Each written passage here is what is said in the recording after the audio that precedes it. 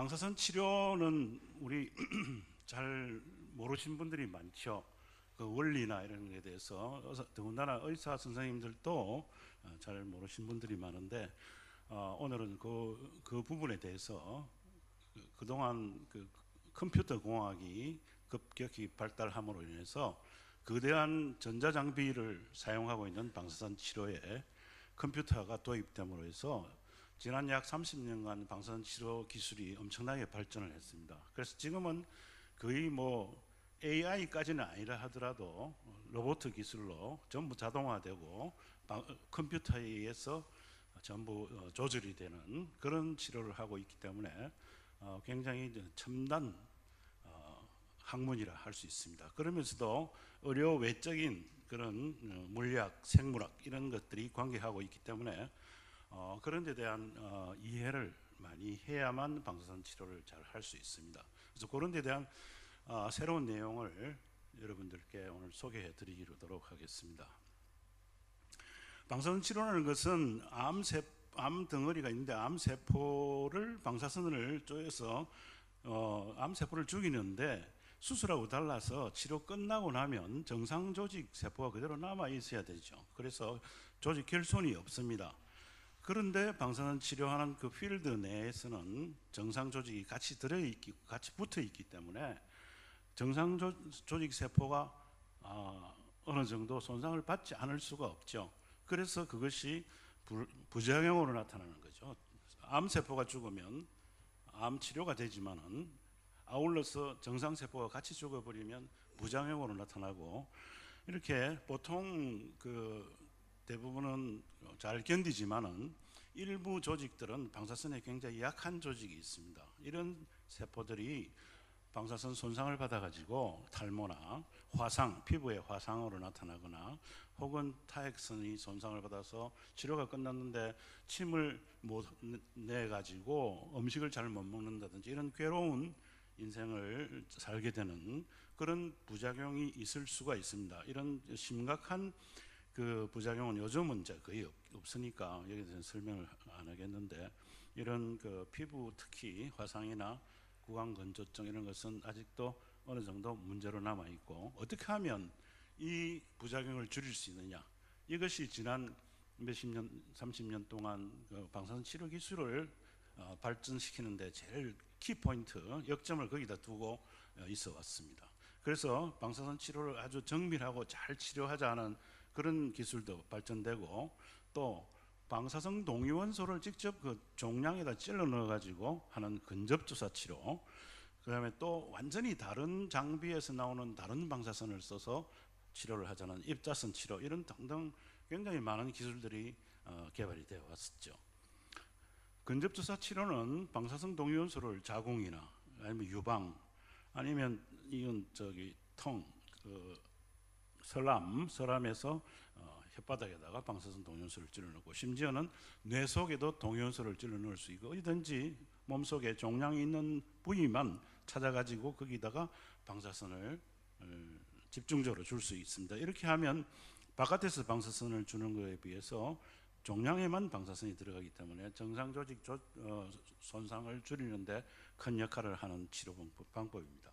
그러나 요즘 대부분은 이런 가속기에서 나오는, 선형 가속기에서 나오는 방사선을 써서 치료를 하는 것이 대부분인데, 문제는 이러한 방사선이 엑스레이이기 때문에 이런 물리적인 특성이 있습니다. 피부 깊이 들어갈수록 피부 표면에 방사선이 많이 작용을 하고, 그럼 깊이 들어갈수록 우리 조직에 방사선이 흡수가 되어 없어져 버리니까 점점점 방사선 효과가 떨어집니다. 그래서 피부암 외에는 종양이 전부 다 깊이, 언짢은 깊이에 있기 때문에 거기에 방사선이 70%, 60%, 50% 이렇게밖에 안 들어간다면 여기에 많은 방사선을 주려면 피부 표면에 방사선이 많이 들어갈 수밖에 없죠. 그래서 이건 좋은 치료가, 이렇게 한 번으로만 치료하는 것은 좋은 치료가 될 수 없죠. 그런 문제점을 안고 있습니다. 예를 들어서 이렇게 종양이 깊숙한 곳에 있을 때 방사선 치료를 한다고 했을 때 여기에 50을 준다면, 방사선을 50만큼만 주려면 여기에 90이 들어가 버린다 말이죠. 그래서 치료하는 방법을 여러 방향으로 나눠서 주면 결국은 여기에 필요한 양을 100% 줄 때 다른 데는 30%밖에 안 들어가는 거죠. 그래서 정상 조직에 방사선 양이 적고 필요한 부분에 방사선을 많이 줄 수 있다. 이런 이제 원리를 사용하는 거죠.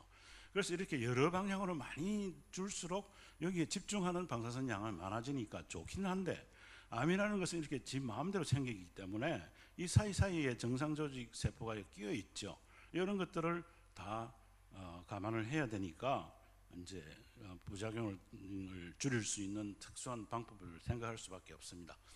그래서 지금은 전부 이렇게 컴퓨터화되어 있고, 특히 여기에 핵 물리학, 원자력 핵 물리학을 전공한 박사급 연구원이 같이 일을 합니다. 그 사람들이 방사선을 세밀하게 측정을 해가지고 그 방사선을 각각 어떻게 주면 환자에게 정밀하게 치료를 할 수 있을까, 방사선이 얼마만큼 필요한 부위에 어떻게 분포를 할까 하는 선량 분포 곡선을 이렇게 그래픽 그림으로 이렇게 만들어서 줍니다. 그럼 의사는 그 범위 내에서 방사선이 들어가면 치료가 충분히 되고, 그 다음에 이 주위에는 방사선이 안 들어가니까 좋겠다.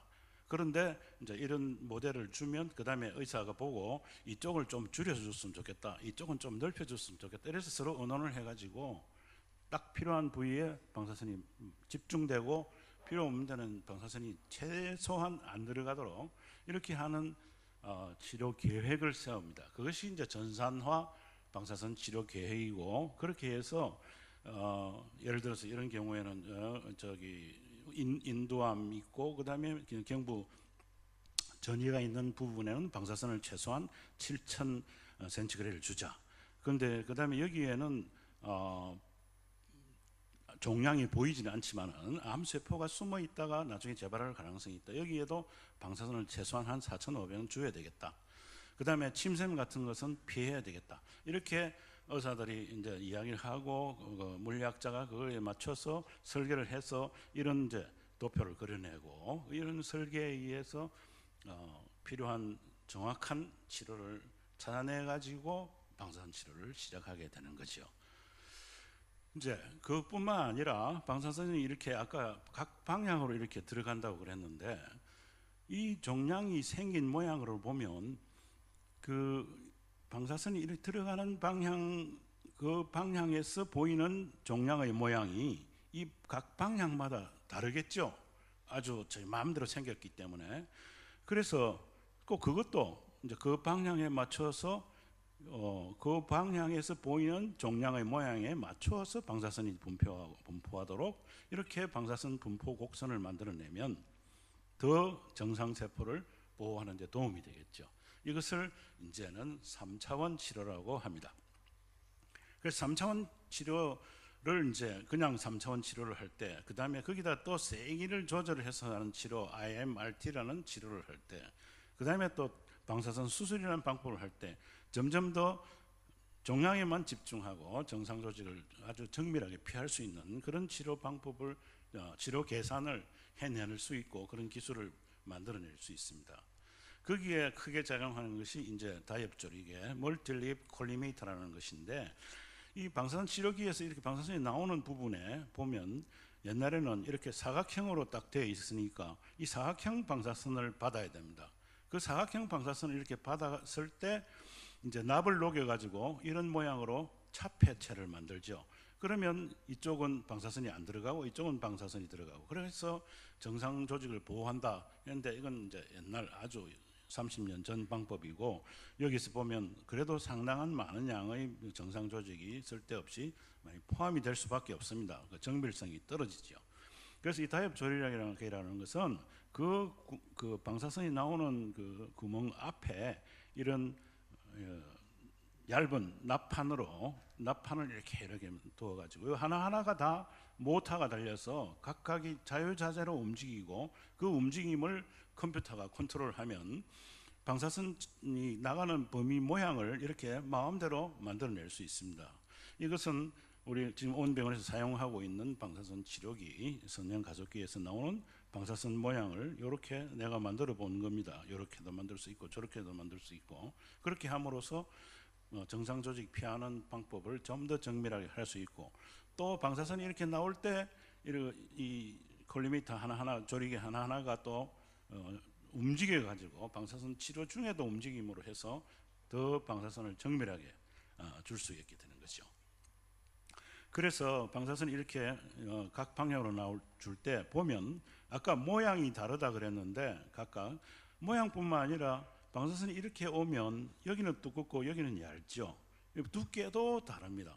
그래서 두께가 두꺼운 곳에는 방사선이 많이 들어가고 이쪽에 얇은 곳은 방사선이 적게 들어가고 이렇게 주고, 그 다음에 이쪽으로 줄 때는 이쪽이 두꺼우니까 이쪽이 방사선이 많이 들어가고 이쪽이 방사선이 적게 들어간다든지 이쪽에도 그런 식으로 조절을 하면 더욱더 정밀하게 그 종량에만 방사선이 들어가고 정상 가까이 있는 정상 조직 보호에 좋은 방법이 되는 거죠.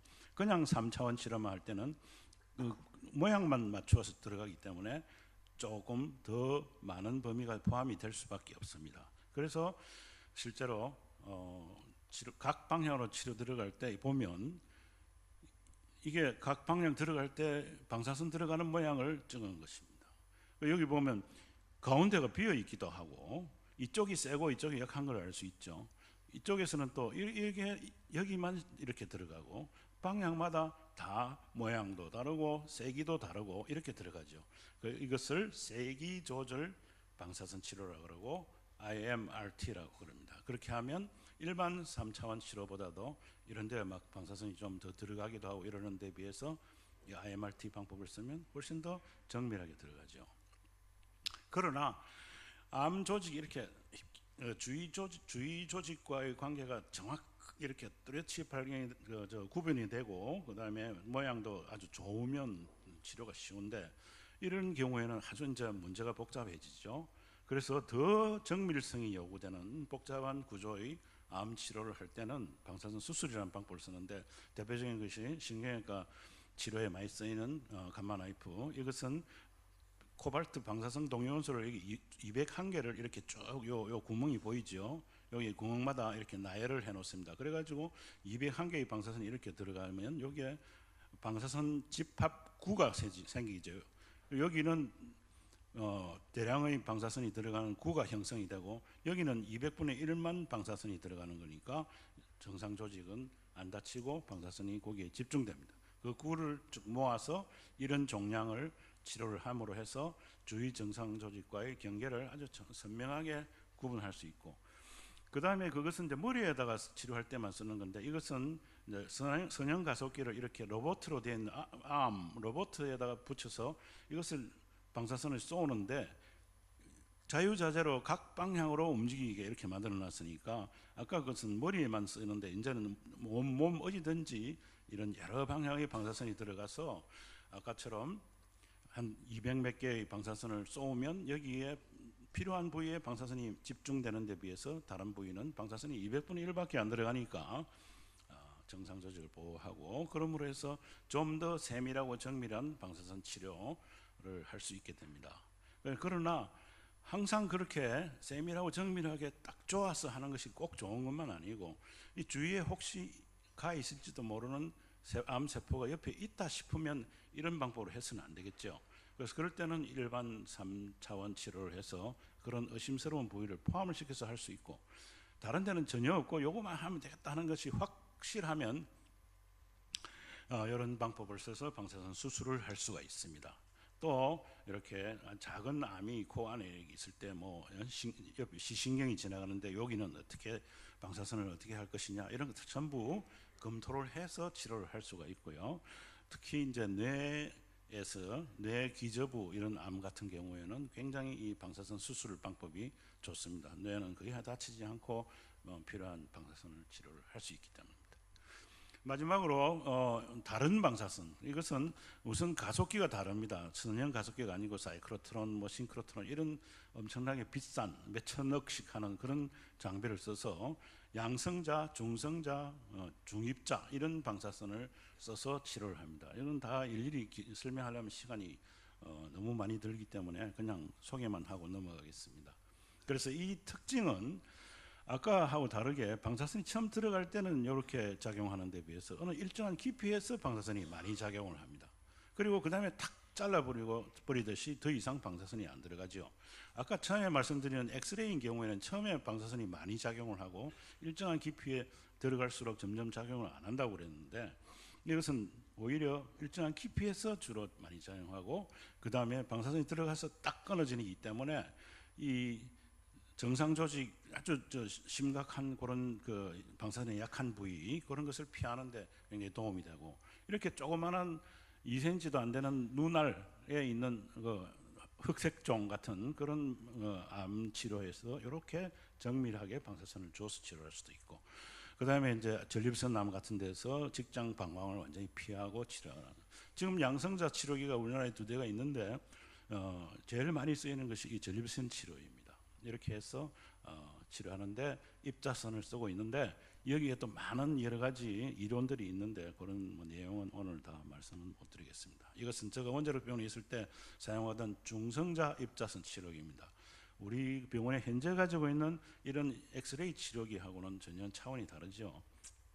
그래서 이것이 우리가 지금 치료에 사용하고 있는 엘렉트라는 회사 제품인데, 이것도 지금 현재 가장 2017년도 산이기 때문에 가장 현재형이고 가장 최신형 장비이고, 이걸로 가지고 저는 이 3차원 치료, IMRT, 세기 조절 방사선 치료, 방사선 수술 이런 것을 다 할 수가 있습니다. 그래서 이제 암센터가 방사선 치료를 시작한 지는 이제 한 달 됐는데 암 치료를 아주 성공적인 치료를 해내기 위해서 여러 가지 이렇게 노력을 하고 있습니다. 감사합니다.